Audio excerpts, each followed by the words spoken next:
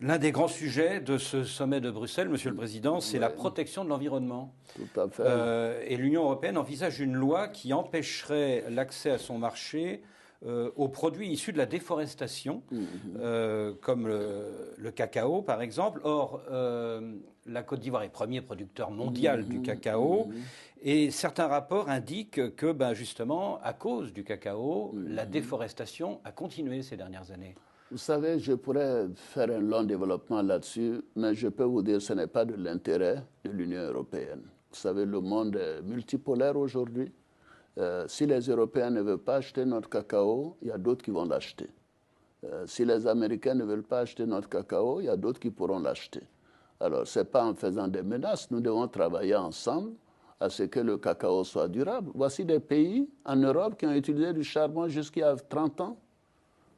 Voici des pays qui ont pollué le monde entier et maintenant on veut nous faire des leçons. Ah non, ce n'est pas acceptable. Nous sommes d'accord pour que le problème de l'environnement soit au cœur de ce que nous faisons. Mais qu'est-ce que l'Afrique représente en matière de pollution? 4%. Et les 96%, quels sont ceux qui le font? C'est les Occidentaux. Et vous vous êtes développés comment? C'est de la malhonnêteté. Alors non, il faut arrêter. Il faut qu'on travaille à trouver des solutions. Vous savez, il faut qu'on se dise que nous avons une génération de chefs d'État, une jeunesse maintenant, qui connaît ses responsabilités et qui estime que nous ferons ce qui est bien pour nos pays, pour nos peuples. Nous ne voulons pas l'importation d'idéologie, ni de culture, ni de constitution, etc. C'est terminé ça.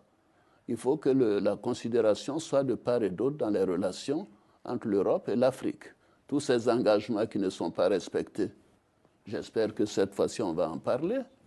Il faut que les engagements soient respectés. Qu'est-ce que nous avons à faire avec toutes ces pollutions des érosions côtières? Qu'est-ce que nous avons avec toutes ces intempéries qui tuent des gens chez nous? Ce n'est pas nous qui créons les problèmes difficiles en matière de pollution. Non, non, écoutez, nous allons en parler.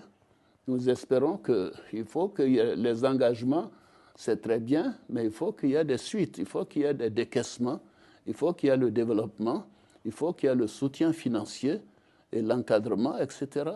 Tout ce que nous demandons.